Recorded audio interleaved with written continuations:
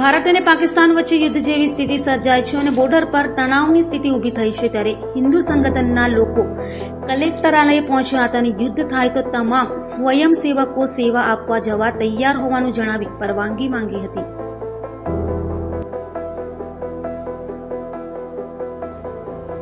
जम्मू काश्मीरना पहलगाम खाते आतंकीओ द्वारा प्रवासीओ पर करेला हुमलाने लई भारत अने पाकिस्तान वच्चे तणावनी स्थिति जोवा मळी रही छे अने भारत पाकिस्तानी बॉर्डर पर युद्ध जेवी स्थिति सर्जाई छे। त्यारे भारत पाकिस्तान युद्धने लई हिंदू संगठन सामे आव्युं छे। सुशीला ट्रस्टना युवानो सूरत कलेक्टरे कचेरी पहोंच्या हता। भारत पाकिस्तान वच्चे युद्ध थाय तो सेवा आपवा तैयार छे। स्वयंसेवक बनी सेवा बजाववानी परवानगी मांगी हती। 200 જેટલા સ્વયંસેવકોની આ યુદ્ધ દરમિયાન દેશમાં કોઈપણ જગ્યાએ સેવા આપવા તૈયાર હોવાનું પણ જણાવ્યું હતું અને સુરત જિલ્લા કલેક્ટરને આવેદનપત્ર આપી પરવાનગી આપી હતી। मेरा नाम बलकार सिंह। अब क्या मांग लेके आए?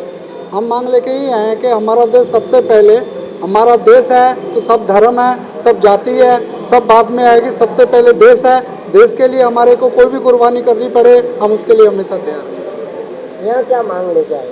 हम यही मांग लेके आए कि 200-250 कार्यकर्ता हमारे हमेशा तैयार हैं।